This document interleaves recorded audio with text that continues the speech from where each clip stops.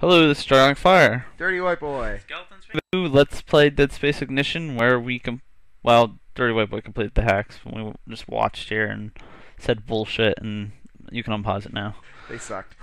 Anyways. We never got to that part yet. We're right at the end, literally, and we get our... You're a free man. Coup d'etat. Wow, completely misused English there. But we get our cherry on the top of our cake. So we just unlocked the cell for Isaac Clarke. Now, if you were paying attention, he was in biofreeze. Oh, the psychiatric ward. Oh. Okay? So they thought that he had broken down, and if you remember back to Dead Space 1, if you played it, he technically did break down. Yeah. But no one believed him about the necromorphs. So he was actually being led by the monolith to free him. Well, at least this is my theory, at least. He was being led by the monolith to free Isaac Clarke because Isaac Clarke can combat the necromorphs and he knows about them. Yeah. So this is... So that's why then the woman was trying to prevent them from... Well, not necessarily. The other paths make a little bit more sense on what happens with the woman. The lower path is the one that actually makes the least amount of storyboard sense, which is why I did it.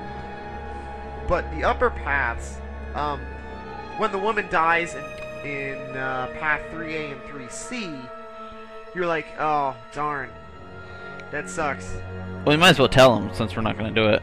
Okay, in path 3A, your girlfriend dies by getting slaughtered by necromorphs while you are on an escape tram at the hospital. Okay, and she didn't board. Why? Well, she was in the process of boarding, but they just overwhelmed her and completely tore her to shreds. So he had to leave her, and then then you go on to Act 4, which is essentially freeing Isaac Clarke. Act 3B is where you're going around the outer edge, and let's see if I can remember it right. You end up going into a ventilation shaft, and she gets this message that they can go save some people if they go this route. But he also gets the message, he awaits. And now that we know what he awaits means, he says, okay, let's go that way. He finally caves in. He's being resistant at first, but he caves in. She goes up the ladder, and then he shoots her in the back of the head. And he says, I'm sorry, but I cannot afford to waste any more time on pointless excursions or something to that extent. Essentially saying that the purpose of freeing Isaac had a higher importance than freeing hostages. Than helping the few amount of people that they could have helped if they went her way. Yeah. And then 3C is where she dies because they are out on the sprawl and she dies from suffocation. Now, I could have mixed 3B and 3C, but that's how I remember them. So, those are the different acts. Blah. Would she would he take off her helmet or something? The necromorphs actually get out into space. Oh god. And they slash her oxygen line. So he duct tape it. Sorry, it's not duct tape, it's what's the name of the tape that fixes everything? Duct tape. Is it duct tape? Yeah, it's duct tape. Okay. I don't know why I didn't think it was duct tape. He essentially duct tapes the entrance to it, and then regulates her breathing, or her suit's breathing apparatus, so that she uses up less oxygen. But before he can get in, he has to bypass a locked door, and by the time you finish the hack, she dies. Dun dun dun. So he freaks out in 2 of them that she dies, and the other 2 he's very cold-hearted. He's like, fuck you, bitch. So just like closing the door. It conflicts a lot. I think 3D is the one that makes the least amount of sense, which causes the most amount of Which thought. one do you think is canon? The one that I think is canon, to be honest, the way he states his lines in Act 4 would either have to follow 3D, where he leaves her behind. No, would follow 3B or 3C the most. Uh.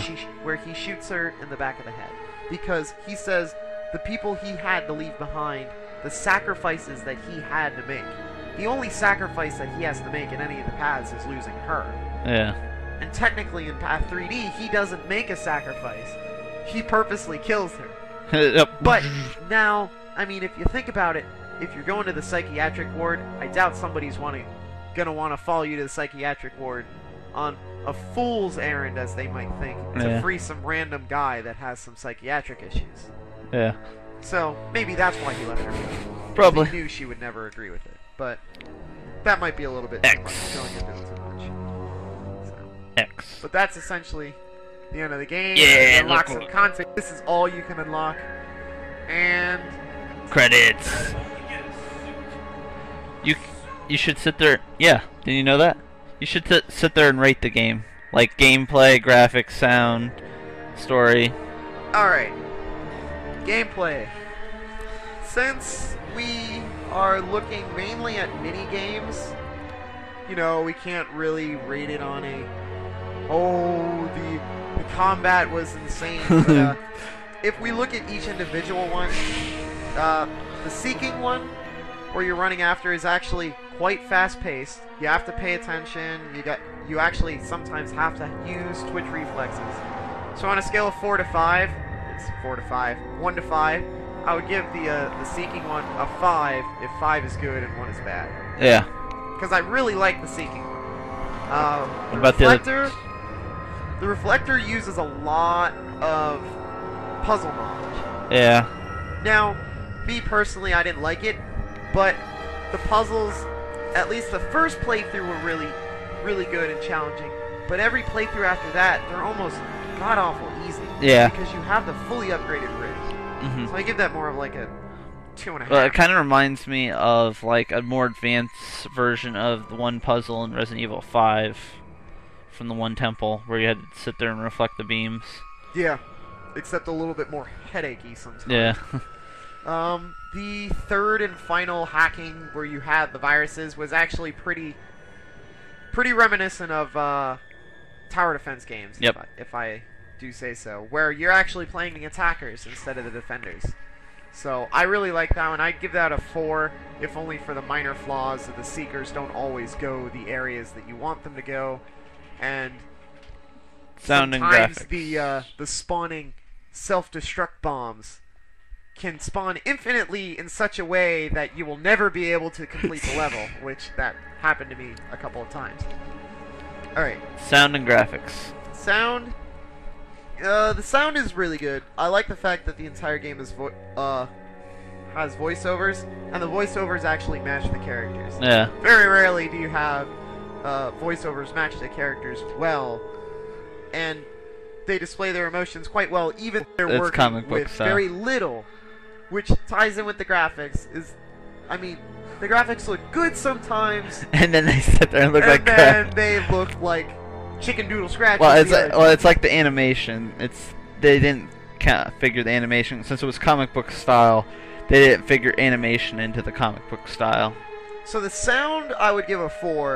The graphics I'd give a middle of the ball 3, because it was good. It was good plenty of the time, but also plenty of the times it was pretty bad. The comic book feel to it was pretty good, though. Overall, I think I'd rate the game a 3.5 out of 5.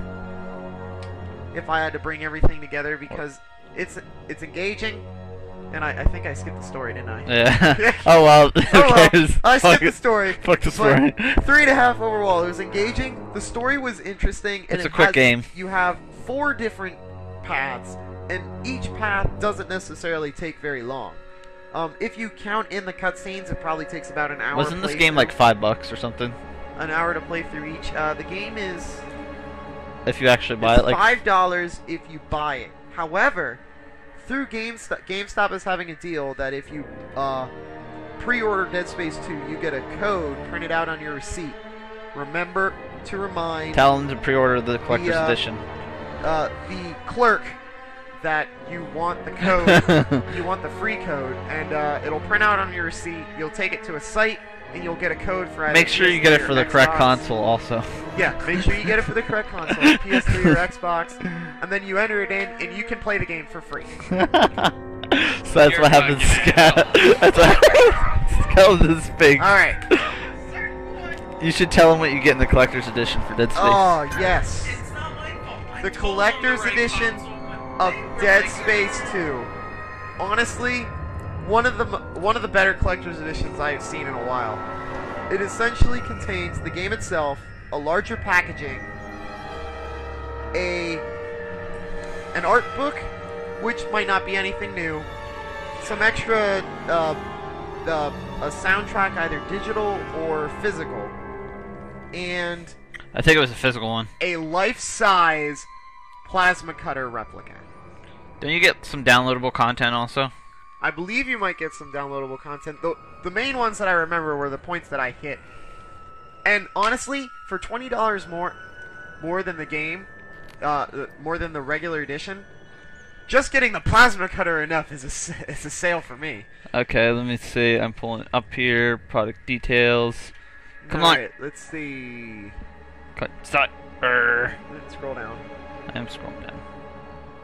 Bonus. Dead Space. Full game. Comes with the game, the soundtrack, the plasma cutter, and Concept art. oh, some in-game items to use. Force gun. For, I believe either in single player or multiplayer, because as some of you might not know, there's going to be a multiplayer for Dead Space 2. Yeah. You can either play a survivor, or you could play as one of the Necromorphs. It's like Left 4 Dead. And let me tell you, my friend got into the beta. Oh, the multiplayer is a frigging blast. Playing as the Necromorphs and latching onto the survivors and then just chopping their heads off. Can you play as any of the Necromorphs? You can play as the baby Necromorphs, or the ones that shoot the missiles. I call them baby Necromorphs. Babies. They essentially use babies. And then I believe you can play as you play as the toddler Necromorph, the ones that are the really small ones that look really freaky. That have like long names. Yeah, you can play as the spitters, the ones that spit acid. I believe that's a new one, 'cause I don't remember that in the There's Left 4 Dead the 2. first game. But that's a Left 4 Dead 2 one. And then there was there were some more that were not shown in the beta, but will be in the actual game. Okay, well, that's it for Dead Space Ignition. I hope you enjoyed Dirty White Boy's first LP through, whether it's short, enjoyed it, whatever. Hope you enjoyed it. He's going to be doing more later on when he has the equipment to do. Yeah, you have any words of wisdom? for him going forward, since you do a lot of co-ops with me? I don't. Yes, please enlighten me. Skeleton Sphinx usually just does co-ops. We usually beat the game to death before we play it. Yeah, okay. We usually do everything beforehand. Well, that's it. This is Dragonic Fire. Dirty White Boy. Skeleton's face. Signing off for good. Have a good day. Yeah, we're never